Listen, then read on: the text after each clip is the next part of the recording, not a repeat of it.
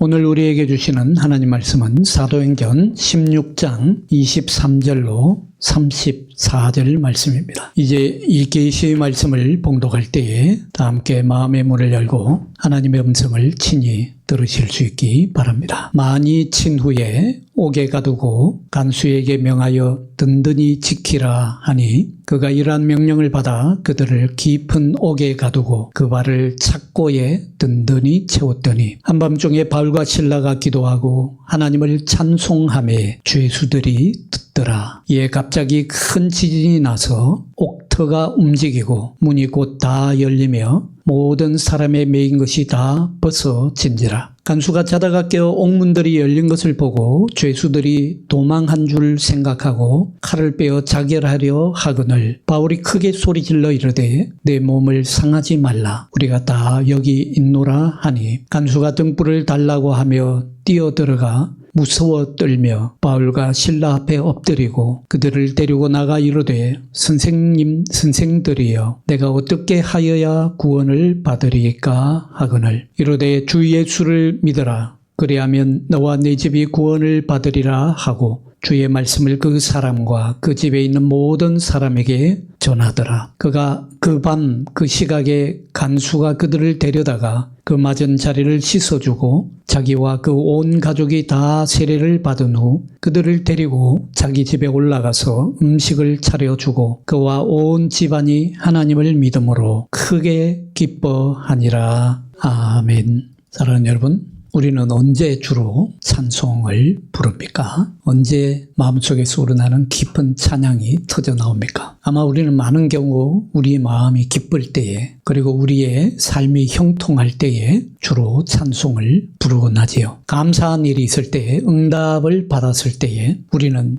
하나님을 찬양하기 위해서 입을 엽니다. 그러나 오늘 본문에서 바울과 실라는 전혀 예상 밖의 상황에서 하나님을 찬송하죠. 그들이 있던 자리는 감옥이었습니다. 그것도 가장 깊고 어두운 감옥이었습니다. 몸은 매를 맞아서 피투성이고 발은 나무 착고에 단단하게 고정되어 묶여 있었습니다. 겉으로 보면 절망적인 상황이지요. 모든 것이 희망이 없고 그야말로 고통과 절망뿐인 현실이었습니다. 그런데 그곳에서 이 바울과 실라는 하나님께 기도하며 찬송을 부르고 있습니다. 그리고 그 찬송은 그냥 자기들끼리 조용히 혼잣말로 부른 것이 아니었습니다. 오늘 성경에 보면 다른 죄수들이 다 듣고 있었다라고 말씀하고 있습니다. 사랑하는 여러분, 오늘 우리가 읽은 이 장면은 단순한 기적이 아니라 우리에게 신앙의 본질이 무엇인가를 가르쳐주는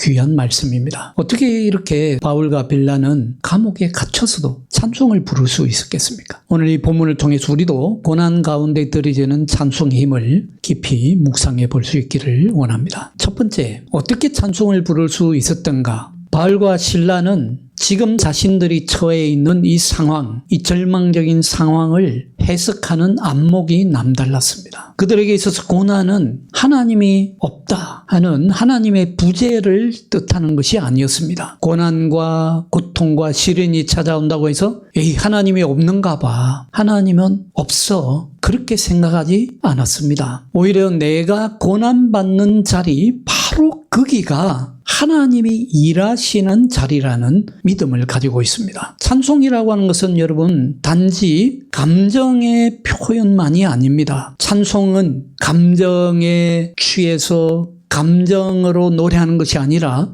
찬송은 바로 믿음의 표현이고 믿음의 선언입니다. 성경을 보십시오. 구약에서부터 신약에 이르기까지 모든 찬송은 믿음의 선언이자 믿음의 표현이었지 감정적인 노래가 아니었습니다. 물론 그 속에 감사의 감정이 포함될 수도 있지만 찬송의 본질은 우리의 믿음의 선포입니다. 이 바울과 실라는 고난 속에서도 하나님이 살아계심을 믿었고 하나님의 뜻이 지금 우리 눈에는 보이지 않지만 어디선가는 이루어지고 있음을 믿고 있었던 것입니다. 두 번째, 바울과 실라는 찬송을 부르는데 이 찬송은 입술의 고백의 실천이었습니다. 우리는 고난 속에서 침묵하거나 원망하기 쉽죠. 대부분 그렇습니다. 일이 잘 풀리고 기도도 응답되고 모든 원하는 대로 잘 이루어지면 찬송하고 기뻐하고 즐거워하죠. 그러나 고난이 찾아오면 말수가 줄어들죠. 침묵합니다. 원망하기 쉽습니다. 말수가 줄어들고 기도도 멈추고 찬송을 그치는 일이 비일비재하죠. 너무 자연스럽습니다. 그러나 이들은 바울과 빌라는 이 고통을 오히려 하나님을 높이는 통로로 바꾸고 있습니다. 그들이 부르는 찬송은 단지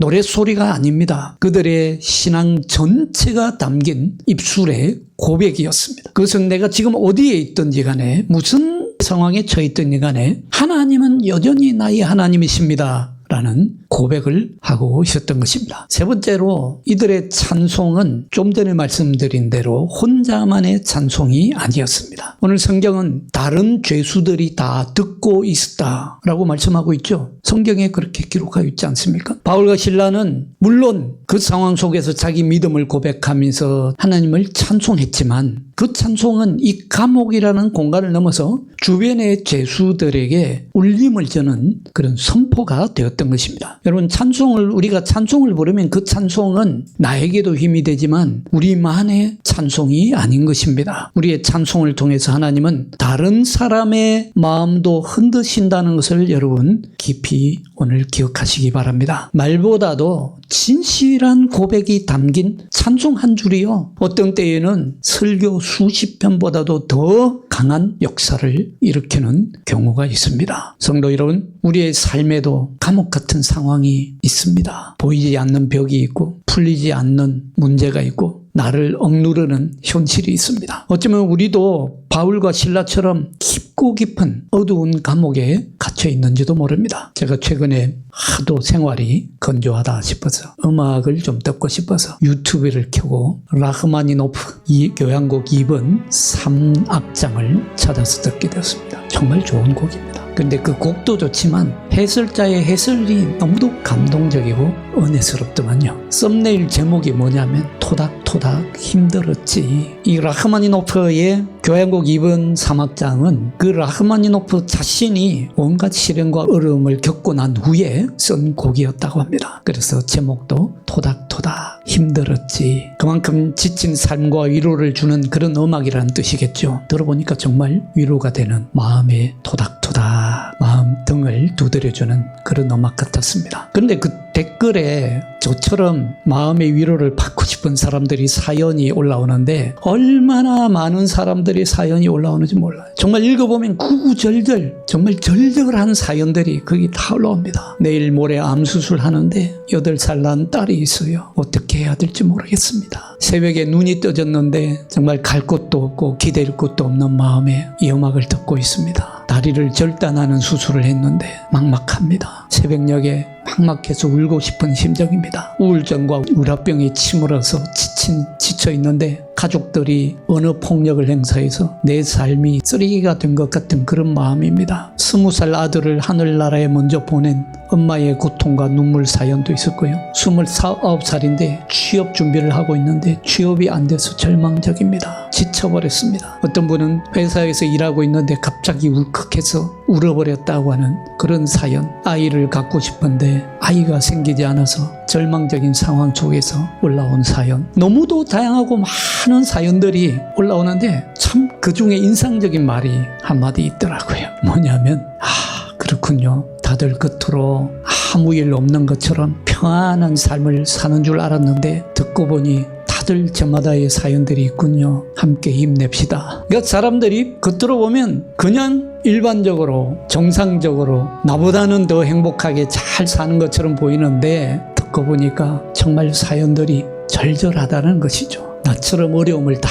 갖고 사는구나. 사랑하는 성도 여러분, 여러분들의 삶은 안녕하십니까? 혹 바울과 실라가 갇혀있는 깊고 어두컴컴하고 침침하고 절망적인 그런 어두운 감옥 같습니까? 좀 어렵게 들리실지 모르지만, 좀 엉뚱하게 들릴지 모르지만, 전혀 믿고 싶지 않은 소리처럼 들릴지 모르지만, 여러분 그럴 때에 한번 찬송을 해보시기 바랍니다. 바울과 실라처럼 찬양을 해보세요. 그 어둠 속에서도 하나님을 찬송할 수 있다면 라흐마니노프 교향곡 2번 3악장 같은 그런 위로를 얻을 뿐만 아니라 우리는 전혀 새로운 하나님의 능력, 하나님의 위로, 하나님의 세계를 체험하고 만나게 될 줄로 믿습니다.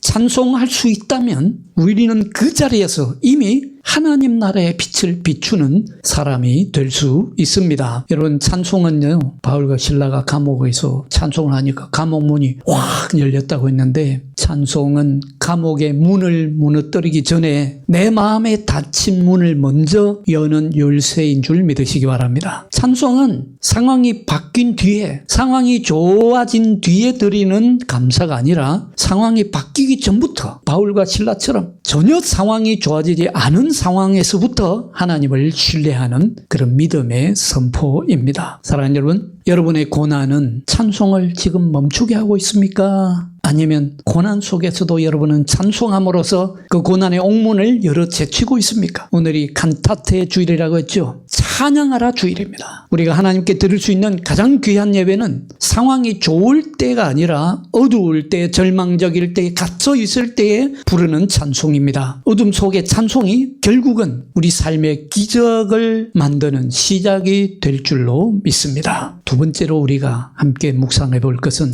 하나님의 기적에 관한 묵상입니다. 오늘 본문은 기도와 찬송이 울려 퍼진 그 한밤중에 갑작스럽게 큰 지진이 일어났다고 말씀하고 있습니다. 지진이 일어나니까 감옥의 기초가 흔들리고 그러다 보니까 모든 문이라고 했으니까 아마 바울과 실라가 갇혀 있는 감옥의 문뿐만 아니라 옆에 있는 문들도 다 열렸던 것 같습니다. 죄수들을 묶고 있던 결박도 풀어졌다고 했습니다. 우리는 이 장면을 읽으면서 다들 마음속에 아멘을 외치고 싶을 것입니다. 그렇지 않습니까? 저도 이 순간을 읽으면 이 장면에 와서는 그렇지 아멘 하는 소리가 절로 나옵니다. 기도는 응답되었고 찬송은 능력이 되었고 하나님께서 일하셨다. 아멘. 그러지 않습니까? 정말 아멘입니다. 그러나 여러분, 진짜 놀라운 것은 바로 그 다음 장면입니다. 그토록 간절히 바랐던 기적이 일어났음에도 불구하고 아무도 도망가지 않았습니다. 그게 더 큰 기적이에요. 감옥이 열렸습니다. 사슬이 다 풀어졌습니다. 그럼에도 불구하고 죄수들은 아무도 도망가지 않았습니다. 그 간수가 죄수들이 다 도망간 줄 알고 그때 당시에는 간수가 죄수들을 잘 못 지키면 사형까지 처하는 엄벌에 처했다. 그러니 이제는 죽은 목숨이나 다름없다고 생각해서 스스로 자기를 하려고 합니다. 그런 간수에게 사도 바울이 외치죠. 당신 몸에 해를 가지 마시오. 우리가 여기 있어. 여러분, 우리는 여기서 신앙의 본질이 무엇인지 하는 질문과 마주하게 됩니다. 기적이 일어난 후에 나는 어떤 삶의 태도를 취하는가? 하나님의 기적이 나를 어디로 이끄는가 하는 것입니다. 오늘날 우리는 하나님께 기적을 구하는 기도를 할 때가 많습니다. 하나님 제발 저에게 이 병든 몸을 낫게 해달라고. 하나님 제발 저의 이 문제를 해결해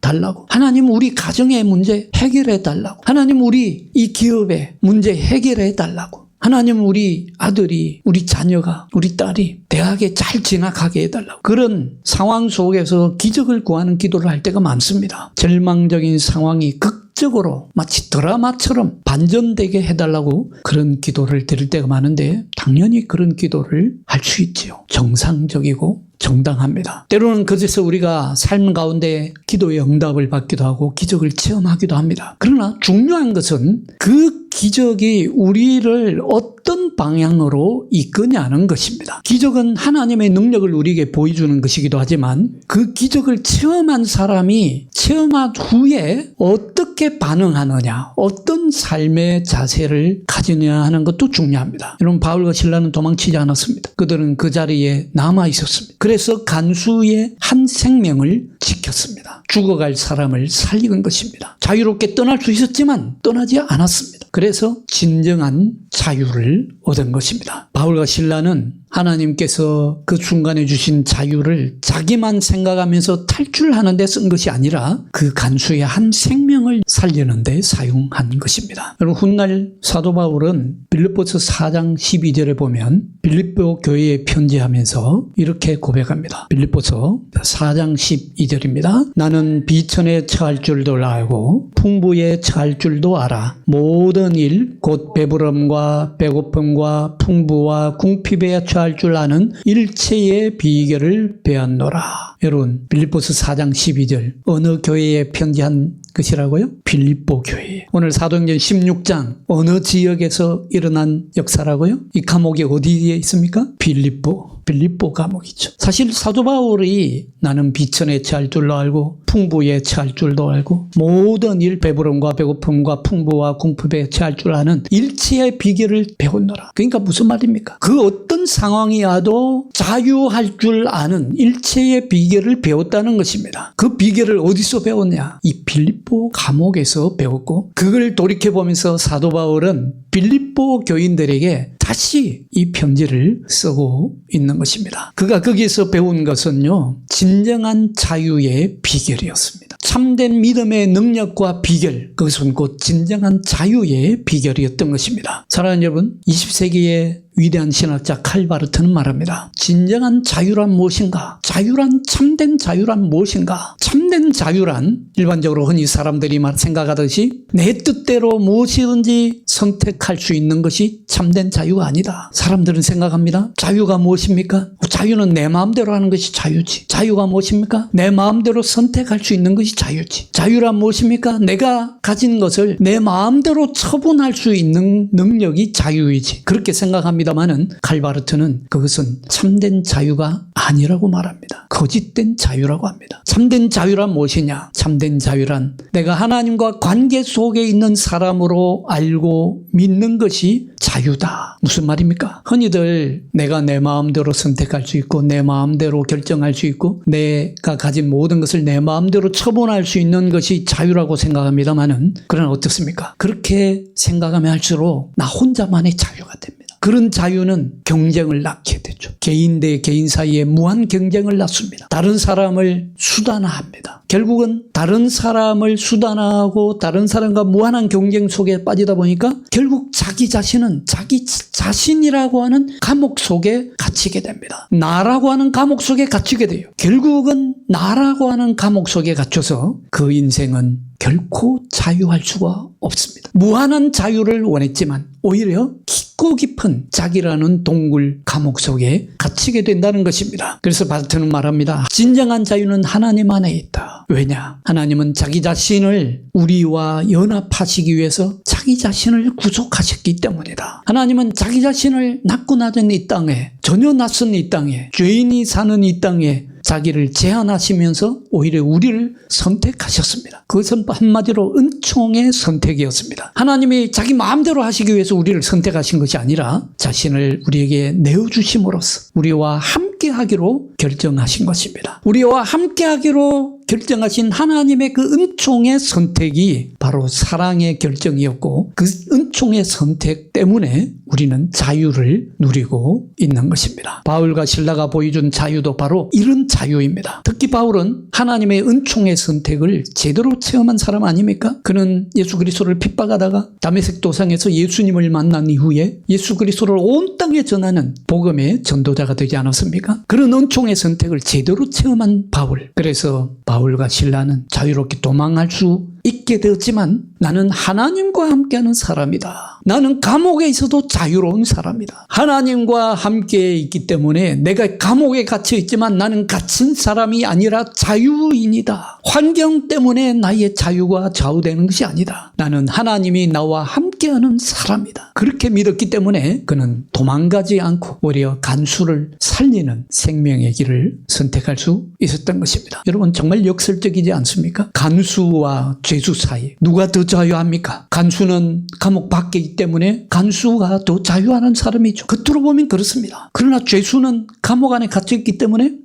자유를 빼앗긴 사람이라고 할 수 있습니다. 그러나 지금 상황을 보면 상황이 완전히 역전되어 있지 않습니까? 바울과 실라는 갇혀있지만 자유하는 사람이었고, 간수는 밖에 있었지만 오히려 그는 자유가 없는 사람이었습니다. 간수는 죄수를 살려줄 수도 있고 죄수에게 더 많은 자유를 줄 수도 있지만 그럴 수 없었습니다. 그러나 죄수였던 바울과 실라는 간수에게 자유를 주고 간수에게 생명을 주었습니다. 사랑하는 여러분, 여러분은 어떤 기적을 구하고 계십니까? 그리고 그 기적이 정말 일어난다면 누구를 위해서 그 자유를 사용하시겠습니까? 하나님의 은총의 선택, 기적은 나를 위한 자유이기도 하지만 그것보다 더 큰 기적은 내 자유를 누군가의 생명을 살리는 선택으로 사용할 수 있는 내 안에 있는 자유입니다. 우리에게 주어진 자유는 혼자 떠날 수 있는 자유가 아니라 함께 머무를 수 있는, 함께 함께 남을 수 있는 사랑의 자유여야 합니다. 여러분, 정말 오늘 말씀에 특이한 대목이 한 대목이 있습니다. 지진이 일어나서 감옥의 모든 문이 열렸다고 했습니다. 그리고 착고도 다 풀렸다고 했습니다. 그런데 바울과 실라만 도망하지 않은 것이 아니라 죄수들 가운데 아무도 도망하지 않았어요. 도망갔다는 죄수가 있었다는 그런 기록이 없습니다. 만약에 그 중에 다른 죄수가 누가 도망갔다면 간수는 그야말로 극형에 처할 수 있는 그런 위험한 상황이죠. 그런데 아무도 도망가지 않았습니다. 이것이 바로 찬송의 능력입니다. 다른 죄수들도 찬송을 들었고 그 찬송을 듣고 바울과 실라가 도망가지 않으니까 다른 죄수들도 아무도 도망가지 않았기 때문에 간수는 생명을 다시 얻을 수 있었던 것입니다. 여러분, 이것이 하나님 믿는 사람들의 찬송의 능력입니다. 도망치지 않고 남아주는 사람, 간수의 생명을 살기 위해서 자신의 자유를 내려놓는 사람, 그 사람이 바로 하나님께 붙들린 사람입니다. 이제 마지막으로 세 번째, 우리는 본문에서 가장 따뜻하고 아름다운 장면을 묵상하려고 합니다. 맨 마지막에 등장합니다. 간수가 이제 바울과 실라 앞에 무릎을 꿇고 묻죠. 내가 어떻게 해야 구원을 얻을 수 있겠습니까? 목숨만을 구하는 구걸이 아니죠. 위기를 모면하겠다는 것이 아닙니다. 이 질문은 자신의 존재 전체를 내어놓는 그런 질문입니다. 내 인생이 이렇게 무너지고 있는데 나는 이제 어떻게 살아야 합니까? 이 질문이 모든 진정한 회심의 시작입니다. 바울은 단호하고 분명하게 얘기합니다. 주 예수를 믿으시오. 그래야만 당신과 당신의 집이 구원을 받을 것입니다. 그리고 곧이어 그 이어지는 장면은 너무도 따뜻합니다. 이 간수가 이제 바울과 실라를 자기 집으로 데려다가 상처를 씻어주고 식탁을 차려줍니다. 그리고 그날 밤에 그와 온 가족이 세례를 받습니다. 사랑하는 여러분,